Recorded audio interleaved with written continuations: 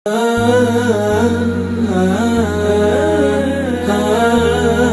बात तो ये है कि अगर उनको कुछ हो जाता हमारी तो दुनिया ही लुट जानी थी। पाकिस्तान में ऐसा शख्स एक ही तो शख्स है, आलमी इस्लाम के अंदर ऐसा एक ही तो शख्स है,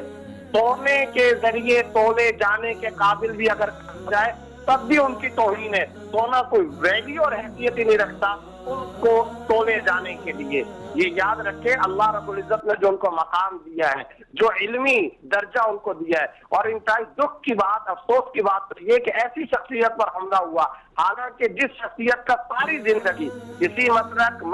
फिक्र, किसी फिरकावारियत से, किसी सियासी जमात से कभी कोई लेना देना ताल्लुक नहीं रहा, वो किताबी शख्सियत है, पढ़ने पढ़ाने का शख्सियत है, तहकीकी शख्सियत है। सच्ची बात तो ये कि उनका सरतापा जब सामने आता है तो मंजरनामा ये तश्कील पाता है कि एक ऐसी शख्सियत जो किताबों के मुताले के अंदर लगा हुआ है और जिंदगी किताबों के मुताले कलम किताबों के अंदर दाएं और बाएं सर उठाकर की भी उस शख्सियत ने शायद कभी ना देखा हो। बेजरा इतनी कि शायद परिंदा भी ना मारा होगा, उन्होंने अपने हाथ या अपने पैर की उंगली चींटी तक को नहीं मारा होगा। जुबान से कभी किसी शख्सियत के, किसी आदमी के बारे में कोई नामुनासिब जुमला तक उनकी जुबान से नहीं निकला। ऐसी हस्ती को आलमी इस्लाम के अंदर पूरा इस्लामिक बैंकिंग का माशी इस्लामी मॉडल पेश करने वाले को और तहकीकी शख्सियत को, इल्मी शख्सियत को, बल्कि सिर्फ इल्मी और तहकीकी नहीं, अरबो अजम में जिनकी राय की अथॉरिटी मानी जाती है, उस शख्सियत को टारगेट करना